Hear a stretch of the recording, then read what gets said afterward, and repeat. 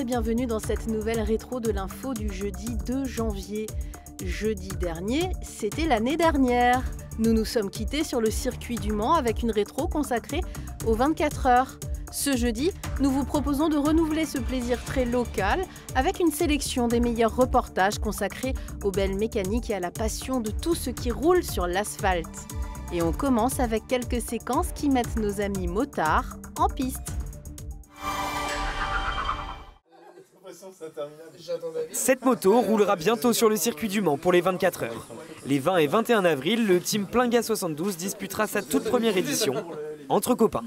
C'est parti d'une histoire entre potes, en fait d'une passion qu'on avait depuis petit, à faire des courses. Et en fait le but c'était d'arriver aux 24 heures moto. On allait sur les circuits entre copains, puis en fait on a monté une association afin de rentrer un peu de sponsors. Parce que la moto c'est un sport de riche pour les pauvres. Et du coup on en est arrivé avec l'association qui a pris du volume et ainsi de suite. En fait c'est un rêve de gosse qui se concrétise. Et depuis tout petit en fait on a monté les échelons, c'était pour en arriver là quoi. Depuis maintenant quelques années, l'équipe gravit les échelons avec des courses d'endurance, jusqu'à atteindre ce Graal pour un team presque exclusivement sartois, disputer cette course mythique. Déjà la participation en elle-même, c'est déjà un premier objectif parce que, oui, comme vous dites, beaucoup de préparation. Ça fait des mois qu'on est dessus, pour pas dire presque un an. Nous, les objectifs qu'on s'est fixés, c'est d'être au départ des 24 heures, de qualifier l'ensemble des pilotes et de finir la course, et surtout de la finir. Et si on pouvait la finir, nous, sur un milieu de tableau dans nos catégories, donc en super stock, déjà ce serait un super objectif. Finir et puis milieu de tableau, ce serait parfait. Un nom français pour une équipe japonaise, le Team Étoile fait une entrée remarquée dans le paddock des 24 heures moto.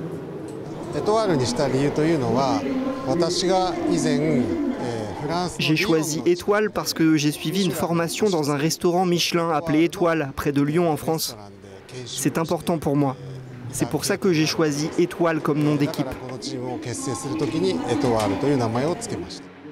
Une culture française appréciée par son team manager au point d'installer sa base européenne ici, en Sarthe à Télocher.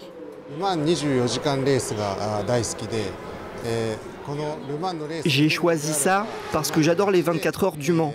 Si notre équipe devait participer à des courses de 24 heures, il fallait que nous soyons basés au Mans. C'est pour ça que nous sommes à Télocher. On a besoin de staff et de matériel. C'est plus simple d'être en Sarthe pour toutes ces raisons. Les pots d'échappement se font déjà entendre. Les passionnés de moto envahissent le centre-ville du Mans avant le début des hostilités. Cathy a parcouru près de 700 km depuis Toulouse. On est complètement fans, nous sommes des motards. Le week-end dernier c'était l'Espagne, aujourd'hui c'est le Mans. Donc on balade. Une grande vadrouille pour pas mal de spectateurs qui découvrent le Mans. On a fait d'autres GP mais pour le Mans c'est la première fois. Et on est là avec les potes. On est venu en 3 jours là, de Béziers. Au programme de ce vendredi, entre les séances d'essai au Bugatti, balade et resto. On veut jeter un œil à la ville, parce que c'est notre première fois au Mans, donc on veut visiter. Et puis on cherche un bon restaurant pour manger. Et puis samedi dimanche, on restera au circuit pour la course. Éreinté, après avoir lâché le guidon, le relais passé, c'est peut-être là que commence la plus grosse course contre la montre, celle du sommeil ou au moins du repos. 1h40 sépare le pilote de son prochain relais. C'est très simple, à 3 on dort pas. C'est très simple. À 4, disons qu'on a 1 heure de repos, 1 heure de vrai repos entre chaque relais. À 3, c'est pas le cas. Le débrief passé, le pilote se déséquipe, puis Phil se faire manipuler. Pourquoi je peux pas être tranquille à jouer au foot comme tout le monde le dimanche? Vous n'êtes même pas payé pour ça. Pendant que le relayeur suivant, lui, se prépare. J'ai réussi à fermer les yeux, 25 minutes, 30 minutes, ça fait du bien. Après, tout le monde ne le fait pas, moi c'est indispensable. En général, il va nous rester 30-35 minutes pour refermer les yeux, parce que tout de suite après, il faut déjà se remettre en équipement. Et ça, déjà, ça prend un quart d'heure, 20 minutes. Grâce à l'aide de son équipe, le pilote qui vient de sortir prend le temps de s'alimenter, puis s'en va fermer les yeux. À quelques mètres de là, dans les stands, l'agitation règne, la course continue. La nuit, tous les membres du team ne doivent pas faiblir. C'est une étape à passer. Après, c'est ce qui fait le charme aussi d'une course de 24 heures, c'est d'avoir la nuit, de gérer aussi cette fatigue. En fait, on ne se repose pas. Les seules phases de repos qu'on a, ça va être on va s'asseoir tranquillement, allonger les jambes, on va rester réveillé toute la nuit. Les mécaniciens gardent leur entrain. Avec un arrêt toutes les heures, les phases de repos sont brèves. Peut-être des petites siestes, mais rien de pas de vrai sommeil à proprement parler. Je pense que c'est l'adrénaline et les nerfs qui nous tiennent. Ensuite, je pense que demain, si ça va au bout, il n'y aura plus personne, extinction des feux de très bonne heure. Les feux de la moto, eux, restent allumés toute la nuit sans relâche. Finalement, de l'équipe, c'est elle qui a le moins de repos pendant ces 24 heures. En 2024, comme chaque année, l'équipe d'LMTV Sarthe a pu se rendre compte que la valeur n'attend pas le nombre des années. Petite sélection de reportages qui ont fait la part belle à la jeunesse, déjà passionnée par tout ce qui roule. On va jouer au reporter, je suis stressée mais aussi je suis excitée aussi. Ces enfants d'une dizaine d'années entrent sur le circuit émerveillés. Ce vendredi, ils vont jouer les reporters pour le journal de leur école, Mon Petit Montaigu. Le but du jeu, c'est de suivre, de couvrir les 24 heures moto, puis les 24 heures auto, et de réaliser différents articles, un article de presse, une capsule audio et une capsule vidéo qu'on puisse intégrer à notre journal pour un hors-série. Alors à leur arrivée, ils sont surpris par le bruit. C'est la première fois que j'ai vu 24 heures du Mans. Je me sens bien, les motos font trop de bruit, ça fait mal au corps à peu près, aux oreilles. Mais c'est bien, c'est une bonne ambiance. Au programme, une déambulation autour du circuit et des rencontres. On a interviewé des spectateurs et aussi des personnes qui travaillaient aux 24 heures en tant que bénévole. Quand je suis arrivée ici, en fait, j'étais super contente. J'avais le cœur qui battait à 100 à l'heure. Heureusement que j'ai réussi à gérer un peu mes émotions fortes parce que sinon je serais en train de sauter partout. Avant d'arriver dans la salle de conférence de presse, pour interviewer des pilotes et un team manager. C'est gentil, agréable et ils ont de la patience de faire ça. Et on a eu de la chance de faire ça. C'est génial d'ouvrir notre sport à des classes comme ça en primaire. Ils ont un peu d'insouciance dans tout ce qu'ils disent et justement des fois c'est là où on a souvent les meilleures questions et les meilleures réactions, donc c'est cool. Puis vient le temps de la rédaction, les enfants rééditeront cet exercice au pesage et pendant les essais des 24 heures du Mans Auto. Une chose est sûre, ils repartiront des souvenirs plein la tête. Leur rêve, c'est la course auto. Maxence, Arthur, Maximilien, Théo et Romain ont lancé leur team de racing avec un objectif, participer à la prochaine édition des 24 heures Open Kart. Le plus expérimenté, c'est Maximilien, pilote engagé en l'IGJS Cup. Moi, je suis passionné de sport automobile depuis quelques années. J'ai pratiqué pas mal de karting et j'avais envie de faire vivre. Donc j'ai participé au 24 karting en 2019 avec un de mes amis qui fait partie de l'équipage. Et on avait envie de faire vivre cette expérience à nos amis. Donc en participant à ces 24 heures Open Kart, qui est une course qui est fantastique et qui va leur permettre de vivre avec nous ce que nous, on a déjà pu vivre avant. L'équipe se nomme LRT, la Lustucru Racing Team. Elle est composée de 5 étudiants de l'école d'ingénieurs CESI et du meilleur pote de Maximilien. Ça va faire 6 ans qu'on se connaît, parce qu'on avait fait les 24 heures du Mans karting ensemble. On les a fait, c'est ça, en 2019. On s'était entraîné 1 semaine, 2 semaines avant, un truc comme ça.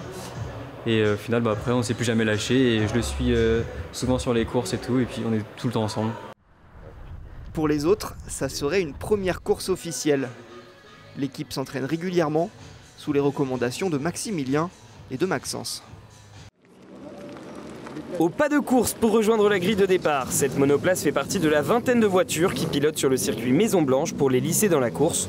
Le but de cet événement organisé par la Fédération française de sport automobile, découvrir le pilotage. C'est pas une compétition aujourd'hui, mais il y a un esprit d'équipe qui est énorme, puisque il y a des voitures qui sont sorties hier, il y a des voitures qui sont à réparer, et on voit vraiment qu'il y a une solidarité entre tous les établissements, et c'est aussi ça le sport automobile, c'est de la solidarité, c'est peut-être un sport individuel, mais c'est aussi un sport d'équipe. Des équipes de lycéens venus d'un peu partout en France, le tout sur un tracé situé au sein même du circuit des 24 heures du Mans. On apprend à piloter le véhicule, on apprend comment se placer, les freinages, les courbes, ça fait vraiment plaisir, parce que je pense qu'il n'y a pas tout le monde qui peut courir sur ce circuit. Et après c'est un événement très rare pour les élèves surtout. Enfin, le circuit et le Mans en général est un lieu unique pour découvrir de drôles d'engins, parfois à la pointe de la technologie, parfois très vintage. Mais peu importe, tant que le son des moteurs continue de vous faire vibrer.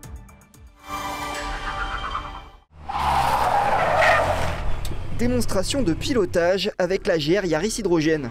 Un prototype de rallye conçu avec une technologie encore expérimentale, un moteur à combustion qui fonctionne à l'hydrogène. Il manquait un truc aux voitures de course à hydrogène, c'est le bruit. Ça ne sonnait pas comme une voiture de course.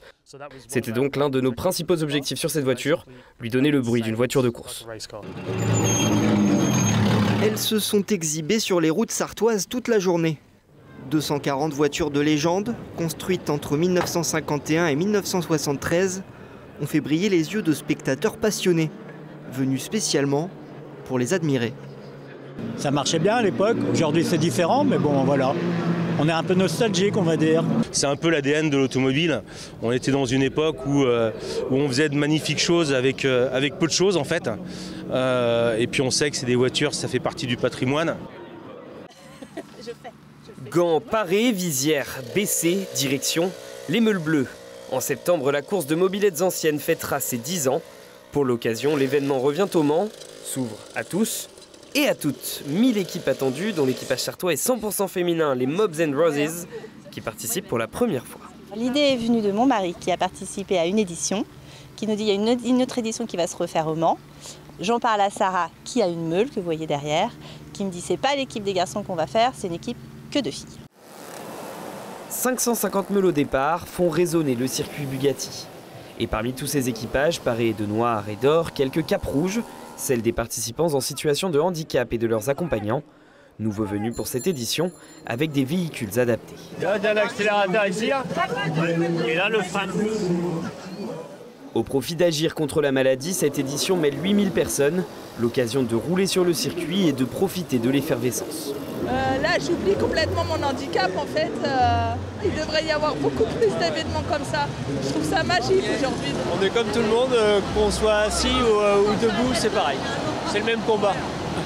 Quand on les voit le dimanche, les MotoGP sur le circuit, c'est impressionnant, mais quand on le fait, c'est encore plus marrant.